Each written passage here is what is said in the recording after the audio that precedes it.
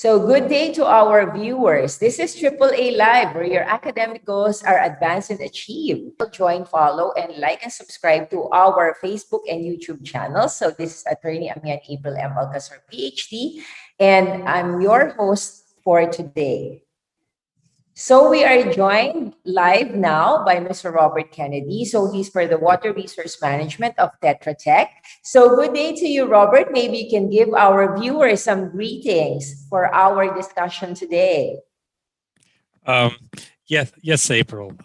Let's see. Magandang umaga. How did that come off? Yes. So anyway, good morning. Thank you so much, Robert. Of course, Robert. Good morning from Tennessee.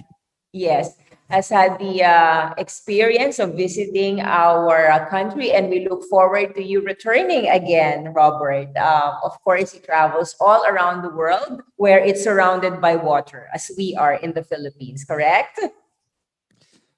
Yes, I've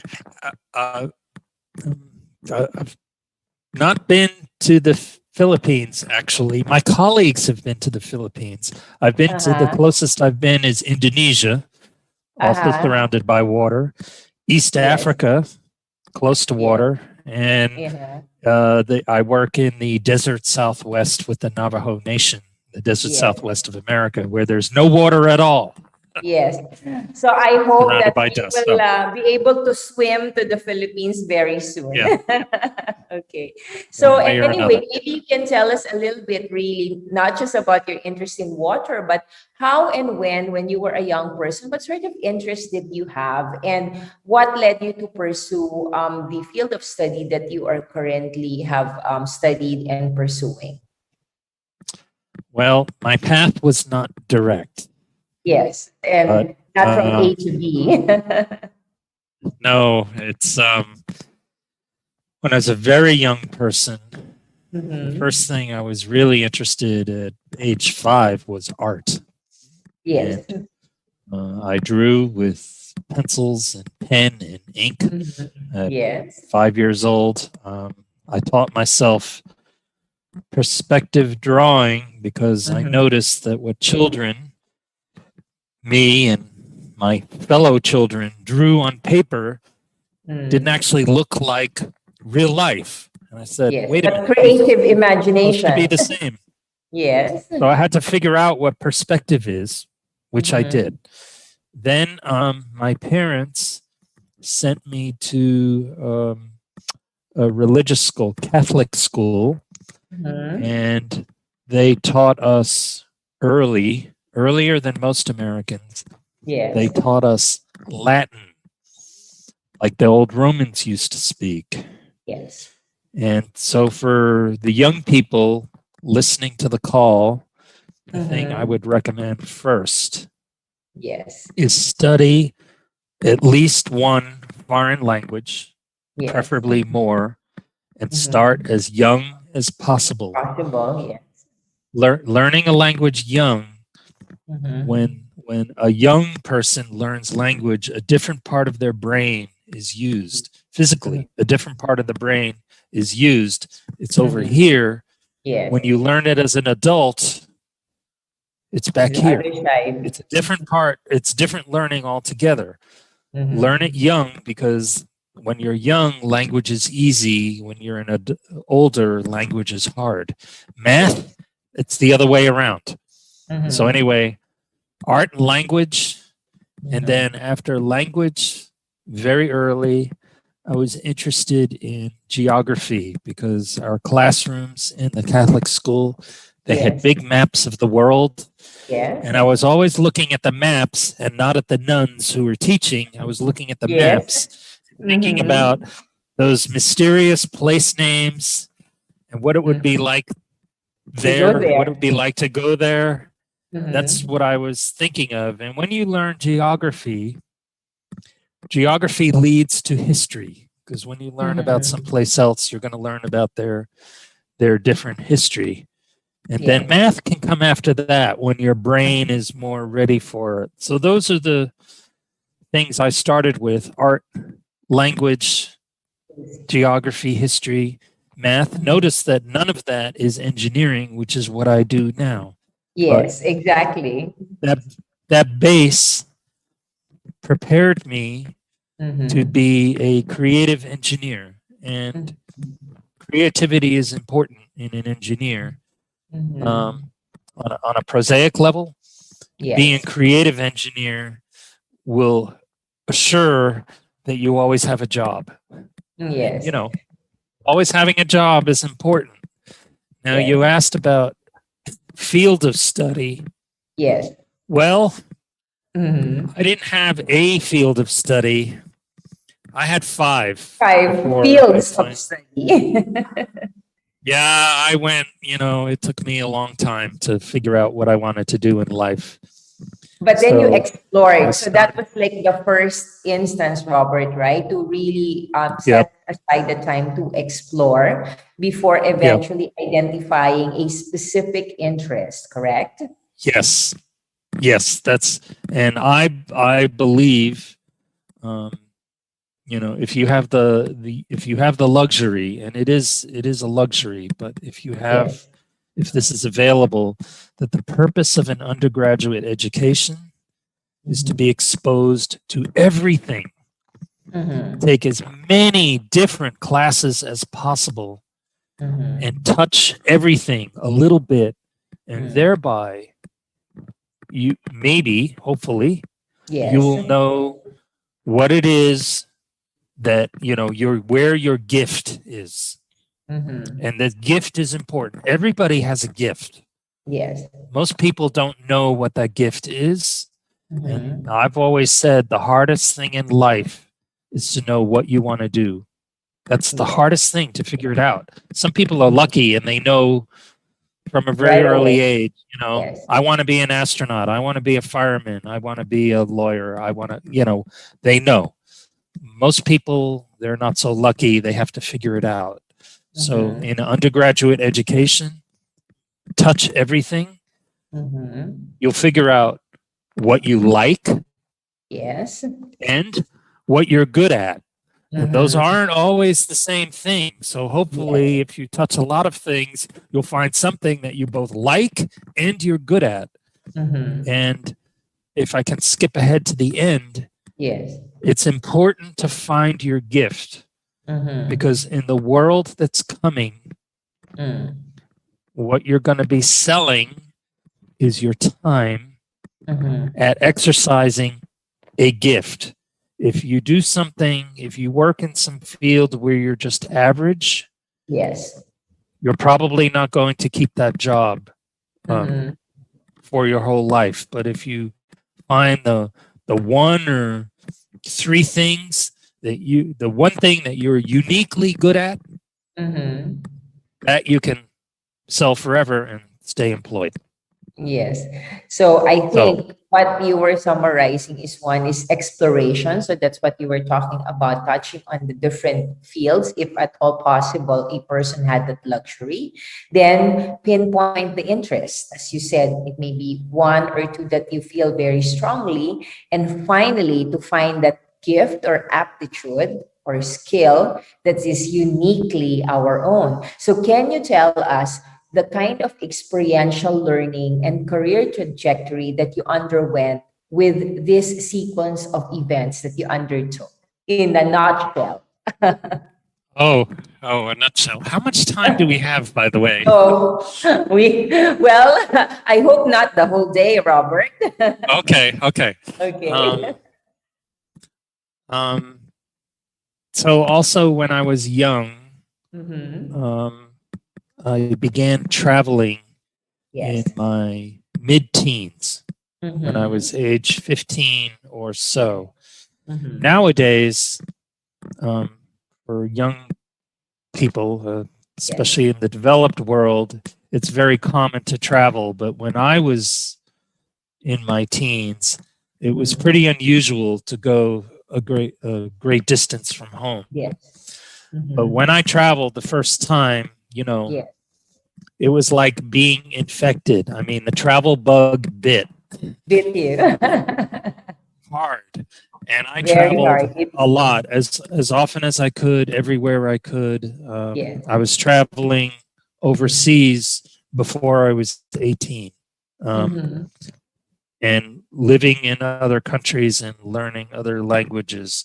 And again, we Mhm. come back to languages. Yes. Now you ask, so you already asked about field of study, but you asked Yes. about career. Yes. Well, again, I didn't have a career. Yes. I've had 4 Yes. So already. careers. Starting my 5th. Yes. Right Starting now. my 5th career now because of Yeah. actually because of the pandemic. Mm-hmm. This new career, which Mm-hmm. involves space, Yes. um, a little early, but Okay. so I'm going to have 5 careers before I Mm-hmm. die, and Okay. Not the I sixth one? think, well, no, I don't imagine that, but who knows? Who knows what the future will Exactly, bring? right? Yes. The idea that our parents grew Mm. up with of lifetime employment for Yes. It's no a longer single with us. company or a Yes. single government agency or that that's that's gone. In the developed world, that's Mhm. just leaving. That's Mhm. that doesn't exist anymore. Anymore, In the yes. developing world, I'm not sure it ever did exist. So Exactly. what? Very So volatile. one has to be flexible and ready Mhm. for anything. And Mhm. how do you get flexible and ready for anything? Mhm. You don't begin with a narrow technical subject. Yes. If you put all your energy into one narrow technical subject, yes, you'll be very good at that one subject. But Yes. if the world changes, you Yes. have nothing because you're Mhm. just Okay. prepared for one thing.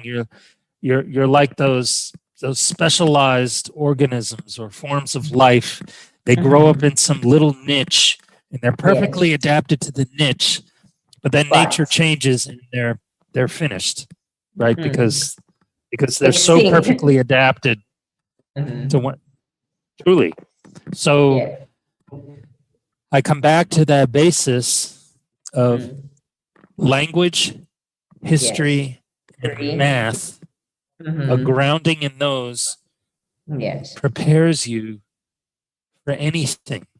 If Yes. you have those, you can learn Mhm. anything. Now, what Yes. I find the major that I finally got was Mhm. mechanical engineering. Mhm. And I encourage people, if you're going to pick engineering, Yeah. that's the one to pick because Yeah. it's the Because. most general. It's the most Okay. general. Yes. Everyone Mhm. says, everyone agrees that mechanical engineering is the most general because mechanical engineering has a little bit of everything. And every Mhm. other kind of engineering is actually a specialty Of coming from mechanical. mechanical. Mhm. So do mechanical because Mm. if you have this grounding in liberal arts as a young person and then say Mhm. mechanical engineering in college, Yes. you can then, if you have to, take another degree or another field of study in Mhm. anything. Mhm. You'll be ready. Okay. For And it, correct? engineers, it's good to have an engineering degree and an Mhm. engineering license because no matter how crazy the world economy gets, Mhm. an engineer will always have a job. Yes. There always has to be something that needs working on. Yeah. Right? Definitely. So even So, if they can't pay you in money, but maybe chickens, at least you're getting paid something because you can do something with your yes. hands and with your mind. You can Mm, do it. So mm. anyway, that's my opinion. But Yes. Okay. Yes. okay. And your advice. So now, can you please specifically let's discuss about this interest now about water resource because as we've mentioned, that is going to be the next big problem, if not already a big problem that we're having in the planet Earth. Because it's not as if we don't have unlimited sea. It is all over us. And yet there's going to be a problem about the water resource that will be available. So maybe you can give us your insight about what the state of water resources in general now in the world, and how we may see the development towards this constraint and addressing how that can still be managed as a resource for us and development. So water is dangerous. Yes. So I work in green energy, as you know. Yes. And the reason I work in green energy is climate change. Yes. And in the field of climate change, we don't just say climate change. We say climate change, water, energy, yes. nexus. Yes. Where together these things come together. They're all related. Yes. So, for instance, by way of background, to run a power plant, most power plants, they need water, fresh water, not salt water. Exactly. If you have a power plant that's burning coal, you burn coal to make steam. Steam from water. Water, yes. If a geothermal plant like you have in the Philippines, right, yes. run on the cooling yes. is with usually with water. And so if you don't have most power plants, if you look at a map of the world, most power plants are located on rivers. Why? Because you need a river to cool the power plant. So, and rivers are fresh water. Yes. So if you don't have water, you don't have power. And also, most water in the world today, fresh drinking water, potable water, is brought to people with pumps and pipes, and the pumps run on electricity. Exactly. So before I just said, if you don't have water, you don't have power. And if you don't have power, you don't have water, at least 99% of the people. And if you don't have power and don't have water, then human beings have to go back to that 10,000-year-old practice of finding a river and putting a bucket of water on their heads and getting it, and that's all they have time to do in a day. So power is what makes modern civilization possible. Now connected with all this, because of our energy habits, we have climate change now. Yes. We've changed the atmosphere. And Professor Alcazar, you've seen the news from the Pacific Northwest last week? Yes. Crazy heat. Yes. It was in British Columbia, it was 50 degrees centigrade. Yes. And 50 degrees centigrade. Yes. And it's going to happen again. It's like a drought. Right? It's in the highest temperature world, right? Yeah. ever recorded above the, hang on a second, here's my globe. Yes. So British Columbia is on the north, which is here. Yes. The Humboldt Current is a very cold current in the Pacific Ocean. It goes along here. It's so cold, you cannot swim in it. If you stick your foot in it, it will almost freeze. It's painful. So this part should be very cool, very pleasant, and usually it is. But last week, it was 50 degrees centigrade. Yes. Here in the north, not the south, the north. Yes. It's crazy. 500 people died from the heat. Yes. And this is the 45th parallel of latitude. Yes. That temperature, 50 degrees centigrade, is the highest temperature ever recorded above the 45th parallel anywhere on Earth at any time. And that was set last week. So the climate, you know, we have this big political argument in this country about whether climate change exists. Is even, yeah, right? And here you have Yes. Mother Nature telling us, she's hitting us on the head.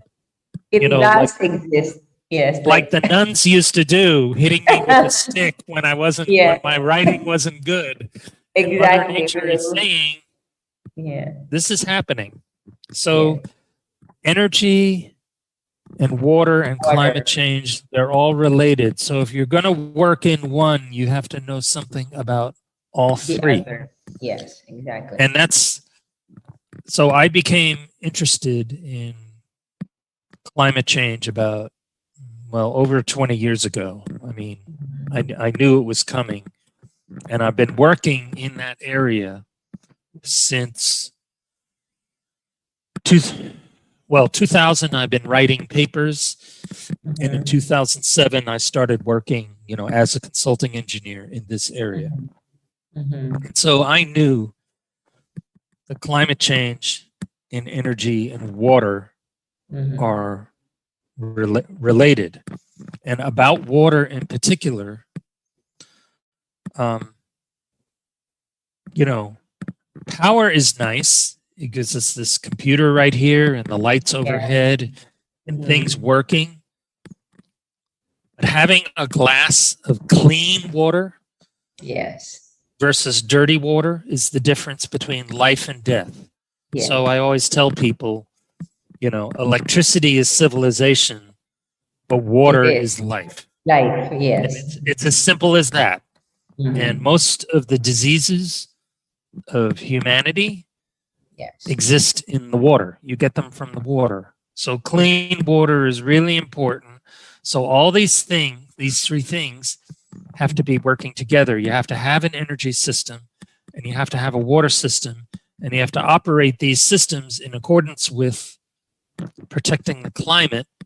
That's a future contribution. So that's what I work in. You don't work on energy without considering water, or vice versa. You don't work on water without considering energy. And in the developing world, like East Africa, Yes. water is of the first importance. Yes. So Clean can you water. tell us a little bit about maybe the contrast or the similarity? Because you mentioned about the situation in East Africa where they really have subsistence agriculture and the water situation is dire. And at the same time, of course, in the United States, we know that, for example, Arizona, you have like arid desert. And a lot of indigenous communities, actually, if they were not originally inhabitants of these, the Native American reservations are mostly located in that area. So can you give us a little bit of a situationer, because this may give us an idea about how it may be in the extreme case when climate change finally reaches most parts of the world, if we are not able to intervene and mitigate its effects. Yeah. So I meant to say when I showed you the picture of the globe, Exactly. the Yeah. really dangerous thing about climate change, it's not the high temperature. Yes. And I have to say, I prefer the expression climate change to global warming, Okay. because, believe it or not, some places in the world are actually going to get colder. Colder, yes. So Some not place, warmer, but colder, yes. like Northern Europe, Mm-hmm. because, again, the globe. With the globe, This yes. is by way of background, Professor. Yes. We have this thing called the Gulf Stream that goes from the Gulf of Mexico up to around Greenland, Yes. circulates near the British Isles and northern and France, and then comes back to complete this loop. Yes. When Greenland melts, Then this loop yes. will stop. Exactly. Then suddenly, notice That it will be flooded. notice where the British Isles are. The latitude of the British Isles is the same Same as Labrador, Canada. yes. Labrador. And Labrador is so cold. Labrador doesn't even have trees. yes, so it's cold in Labrador. Imagine, Mm. yeah. So imagine the British Isle with no trees. Mm-hmm. Imagine France with no wine grapes. Mm-hmm. Mm-hmm. Right? This, if the Gulf Stream stops, this will happen. So some places are going to get colder. Now, most places are going to get warmer. Mm-hmm. But the most important thing to know about climate change Mm-hmm. is climate will get less predictable. Mm. As it is It will becoming get, right now, yes. yes. I mean, who would have predicted 50 degrees centigrade In Victoria, British Columbia. Yes. Mm-hmm. Yeah. It will get more extreme, Mm-hmm. which we're already seeing high, and the extremes will happen more often. And worst of all, for people, it's going to change the patterns. And so in Asia, for instance, if the monsoon pattern changes, the great monsoons, if this changes, or if they even stop, God forbid, stop, this will affect billions of people because that's food.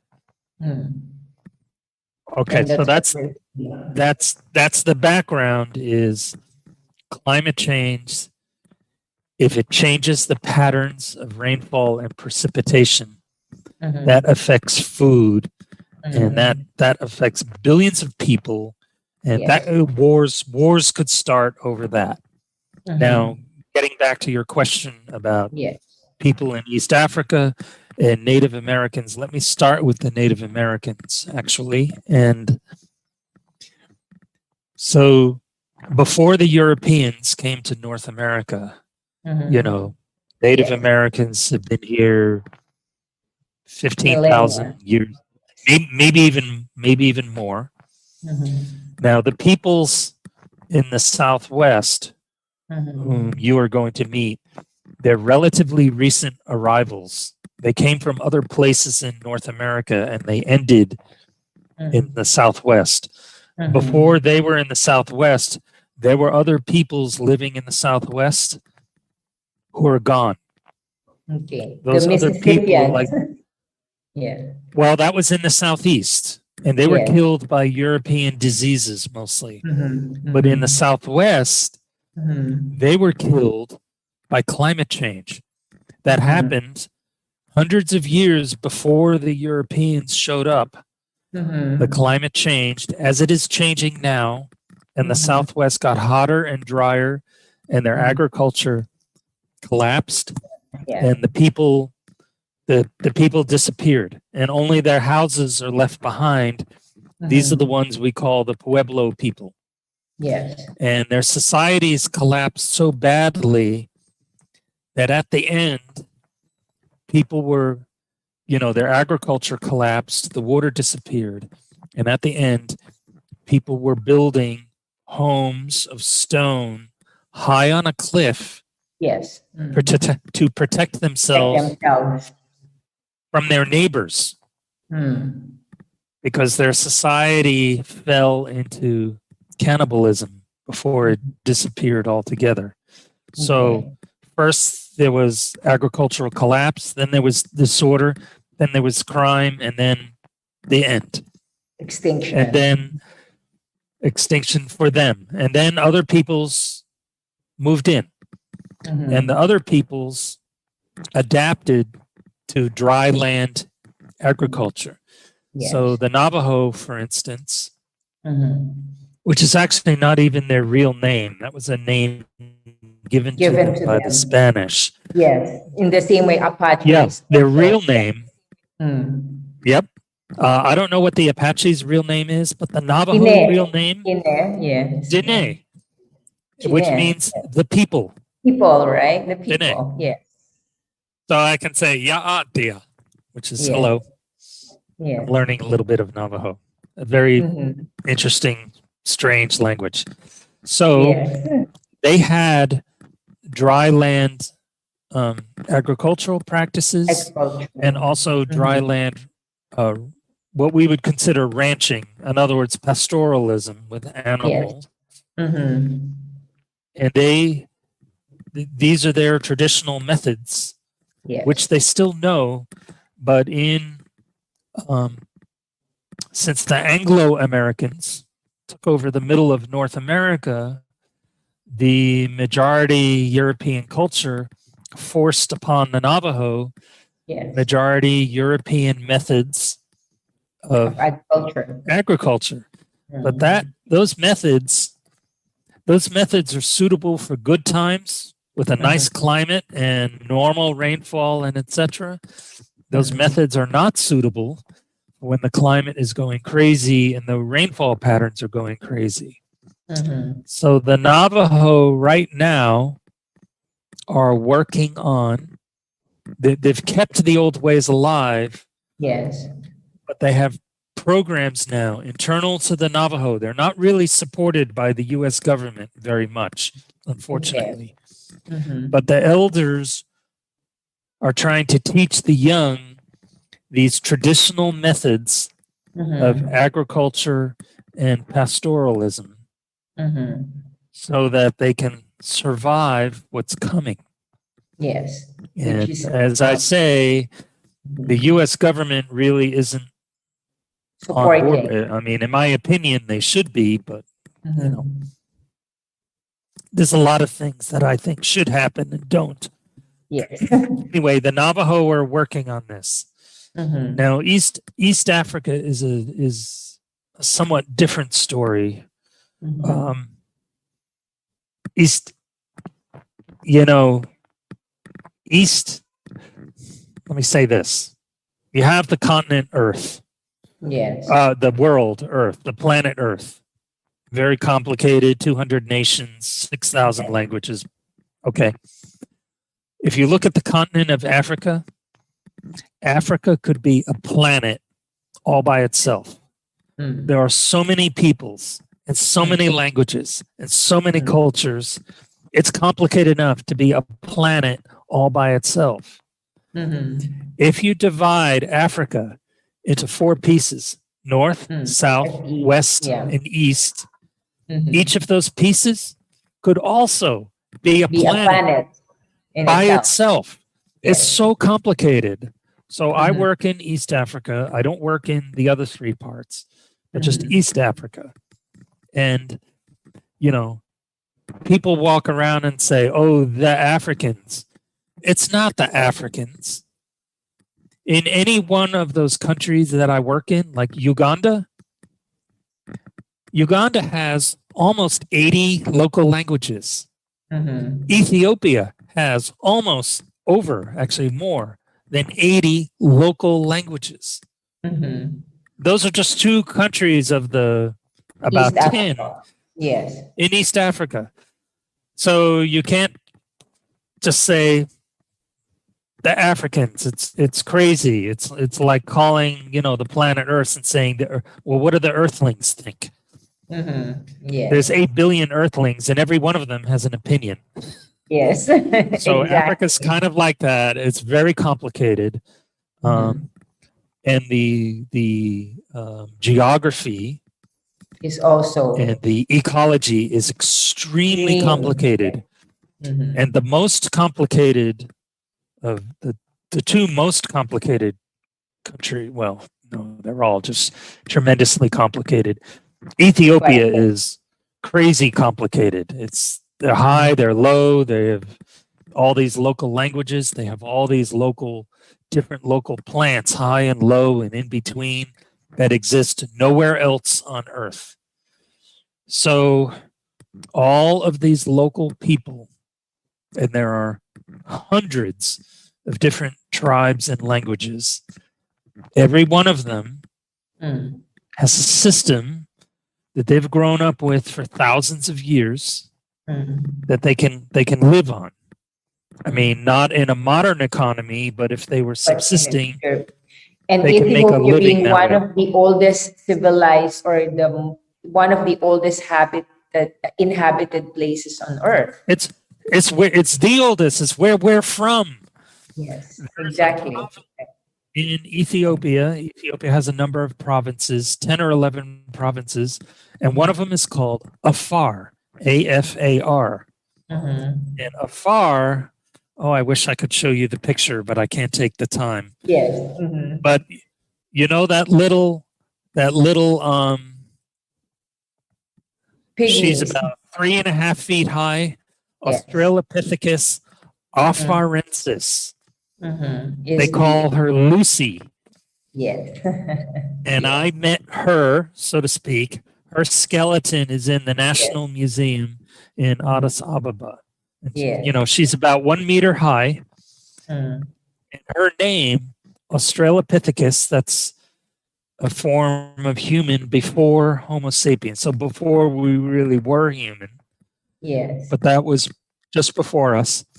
The Afarensis, predecessor. Yes. meaning she comes from Afar, which is this province in Ethiopia. And the really cool thing about Ethiopians is when you're in the street meeting Ethiopians or having some coffee, even some beggar in the street knows who Lucy is and knows where she's from, and they're very proud of that. Yes. They also know all about the Queen of Sheba. Yes. You know, from the Bible, the Queen of Sheba and Solomon. They know all about her. So they're very proud of their deep ancient culture. Even beggars in the street know this, and they're proud of it. And it's really cool hanging out with people where even regular people understand their history, because I hate to say it, you alluded to earlier in your conversation, we have this problem in this country. The same people who don't think climate change is happening are also the same people who don't like reading history books.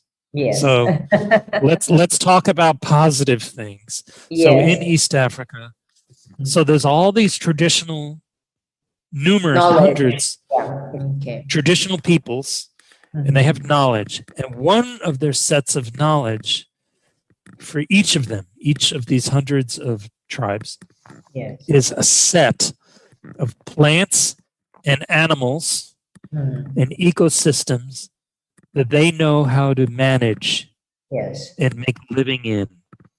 And I think you've heard that there is in the Amazon jungle more medicinal drugs waiting to be discovered than exist anywhere on the else. entire earth now.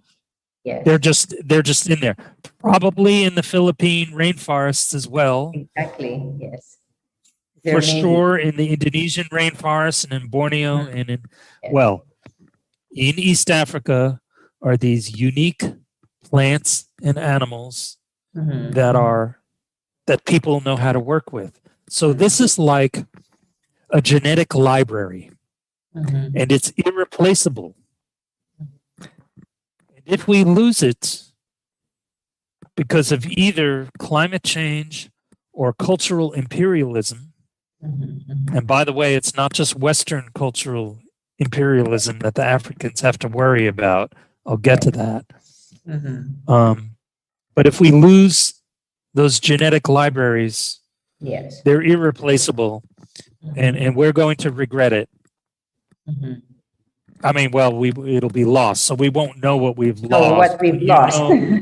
It's important because that may be the secret to something in the future. So it'd be foolish to lose these things. So, you know, if I were running the world, I would make sure every one of these tribes had a supported nucleus of people with traditional knowledge and traditional practice that was preserved. The plants and the animals and the knowledge were all preserved. Because that might be our salvation in the future. And it would be foolish to lose it for no good reason. And why might they lose it? Well, on the large scale, on the ecological scale, There's climate change, which is hitting them as hard as anywhere. Exactly. In addition, you have population pressure on natural areas. Yeah. So especially deforestation, which is a problem in the Philippines too. Yes. So people are so desperate for energy that they cut down the forest to make charcoal, and it's a very inefficient way of getting heat. It's less than 10% efficient, and also when people, especially women, use charcoal inside their houses or their huts, the smoke is poisonous. Yes. So it's bad for their health. Particles and carbon monoxide and everything. It's very bad. So ecologically, it's destructive. Health-wise, it's destructive. But people are desperate for energy. They have to boil water for it to be safe. They have to cook their food to be safe. And right now, their energy systems don't provide them the energy to do that because there's more people than the energy infrastructure can support. So that's one reason I work in green energy, is so people have access to safer forms of energy that are less ecologically destructive. So there's population pressure on the natural areas. There's climate change pressure. And then finally, there's international business. Yes. And there's basically two kinds that are worrisome. There's the Western kind, Europe and America, big corporations, well, we do things this way. This is where the money is. And people go to where the money is. And then there's also Chinese international business pressure. So the Chinese are in East Africa, all up and down the coast of East Africa in large numbers. And they're turning East Africa into a resource province for China. And so this, the Chinese are not too concerned about ecology. They're concerned about development and security. And so this is a big problem too. So all these pressures in East Africa, which is one of the most richest biodiverse areas on the entire planet Earth, is really under threat from all these changes, from climate change and population pressure and the international community going in there and imposing their ways. You could call it cultural imperialism. That's what it's sometimes called. And not letting the locals teach them what the locals know. So because we've had this that was a common long answer. Yes, but we've had this common advocacy, Robert, definitely about green energy sources and also about this protection of the environment and the ecology, as you were talking about. And now there's a lot of, movement and action towards space development and exploration. Okay, so how then would you relate that? Because if we are on Earth, there's a lot of, we have to say it's neo-colonialism, neo-imperialism, in fact, and depletion of natural resources. And they feel that they need to go to space in order to actually get the resource that we will eventually have, which is energy, as you were saying, right? So how then do you relate all of these developments that are currently happening, and what kind of intervention or mitigation should we actually do, those who are in the green energy fields currently? I am very much interested in space, as you know. However, I will say this. We do not have, humanity does not have to go into space to solve its resource crisis. No way.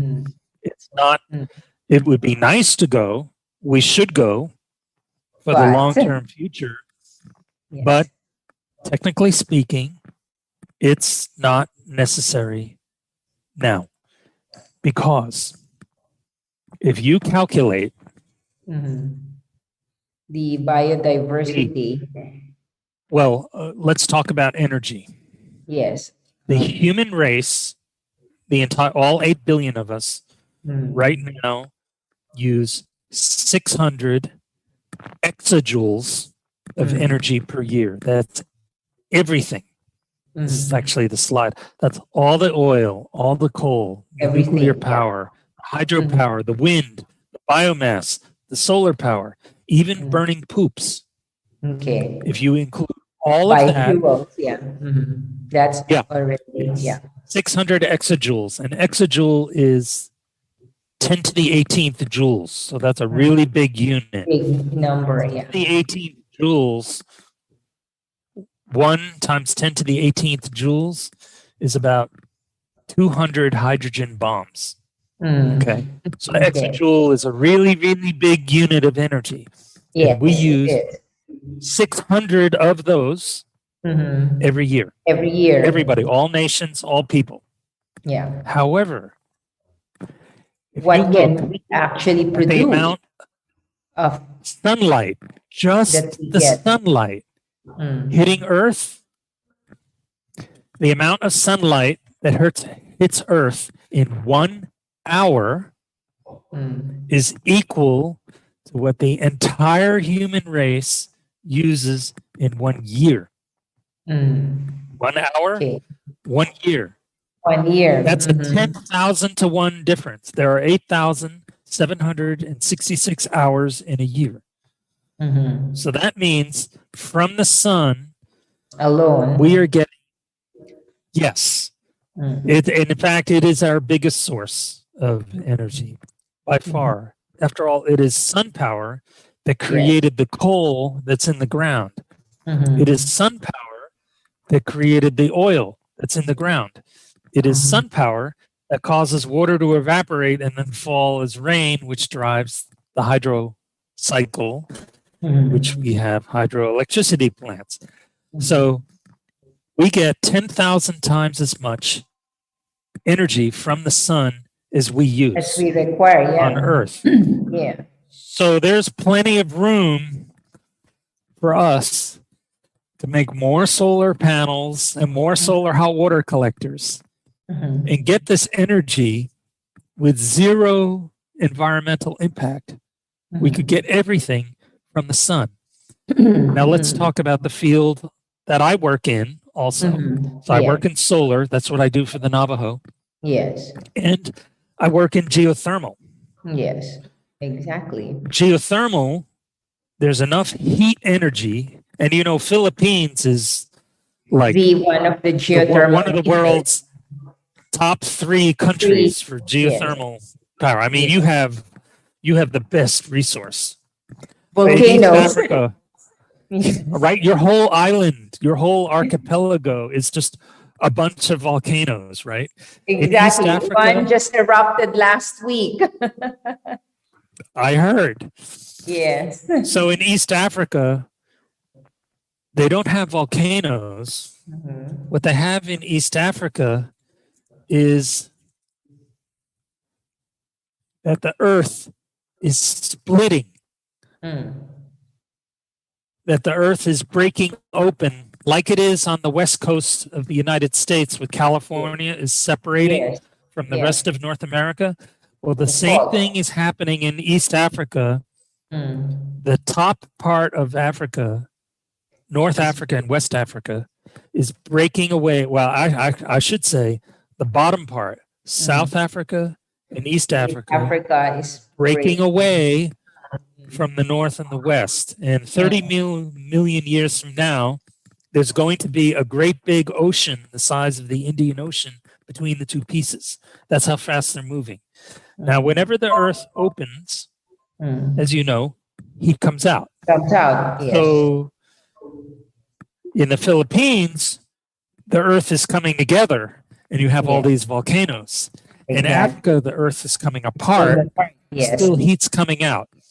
So they have loads and loads and loads of geothermal energy, tens of thousands of megawatts if they wanted to develop. collect it and use it. And in Kenya, they're doing a very good job of this. Kenya is doing an excellent job.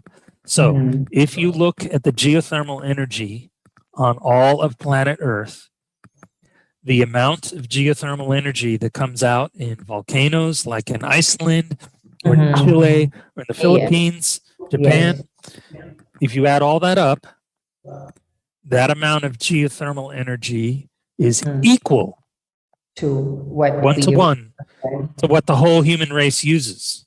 But remember, the sun is still 10,000 times bigger, 10,000 times more than geothermal energy. So yes, we could run all of planet Earth just on geothermal energy. It's possible. Yes, but and it would be. But you have the sun, which is 10,000 times more. So you could absolutely, very easily run all of Earth just using the sun. So yes, I know people want to go into space. I want to go into space. I'm interested in space.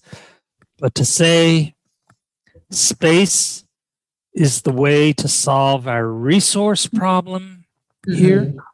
Yes. No, that's not true. We can solve our resource problem with what we have now, and we can do it in an ecologically friendly, economically sustainable manner. That's the lesson. Yeah, so I think that's the fascination here, Robert, that if you were talking to the young people right now, because what you really discuss with us is actually the field of conservation, energy conservation, and natural resource management of the earth, basically. So if you were to encourage young people to be in these fields, what advice can you give so that they can develop the skills, the proficiencies, and even the experiential learning to be involved? Because this is a definite field that is fertile and ripe for young people to be involved in. I agree. It's the one really safe bet for the future is working in this field, because everyone's going to have to do it, and we're going to have to do it pretty fast. We have maybe 30 or 40 years to fix climate change, which is just the next generation, and then that's it. Exactly. And if we don't fix it in 30 or 40 years, terrible things will happen. It may well be that terrible things are going to happen anyway. I mean, what happened in British Columbia last week really should just frighten everybody. It may already be past the point of no return, but let's be hopeful. And let's think, let's imagine, okay, now that we know there's a problem, we can correct the problem. We don't have much time, 30 or 40 years, and we're going to have to spend, the human race is going to have to spend something like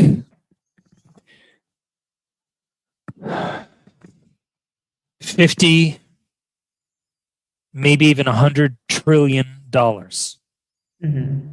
So 10 to the 14th dollars.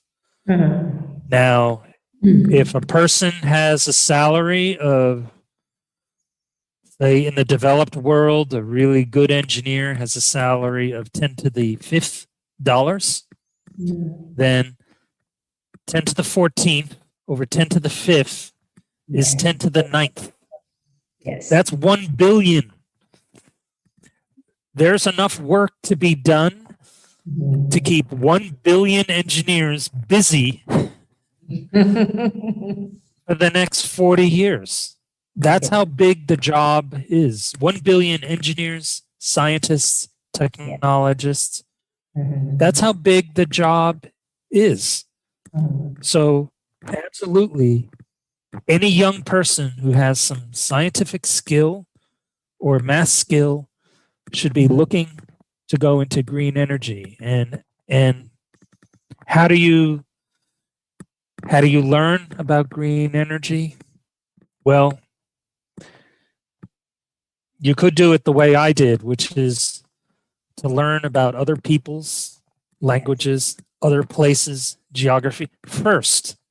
Then that will get you excited about when you're a very young person, that will get you excited about what's happening in the whole world.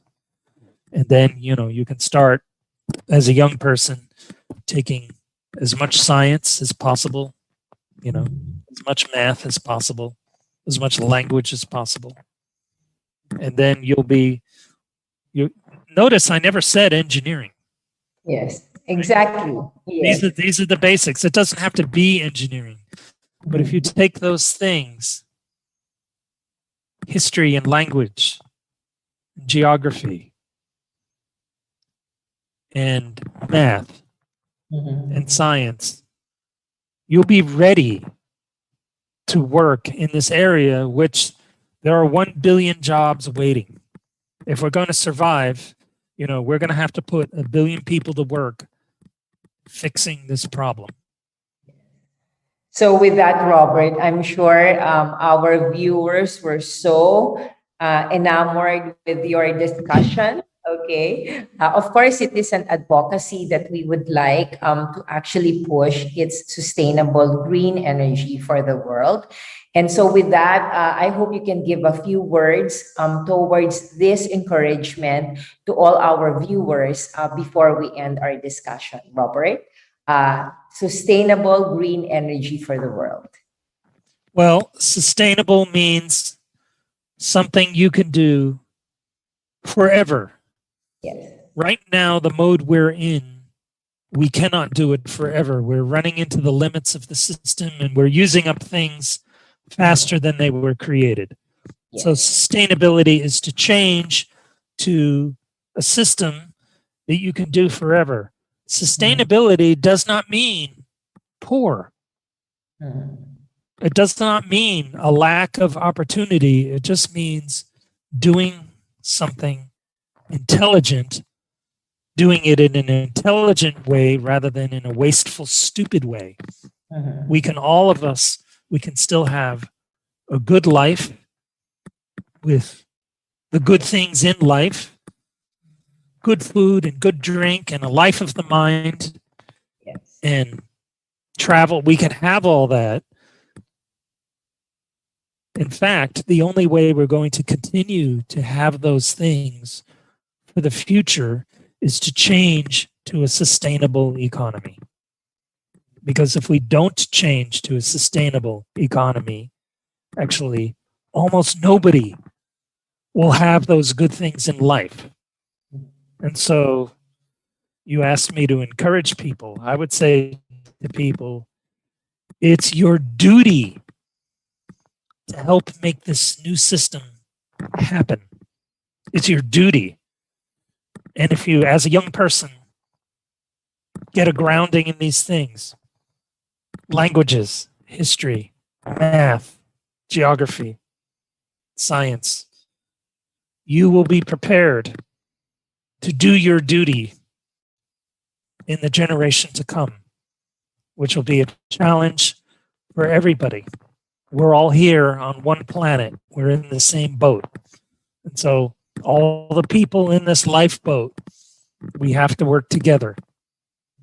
So study those things and we'll be able to work together. Okay. With that, thank you so much, Robert, for such an aspirational and inspirational discussion to our viewers. And we look forward to more fruitful and interesting discussions with you in the future.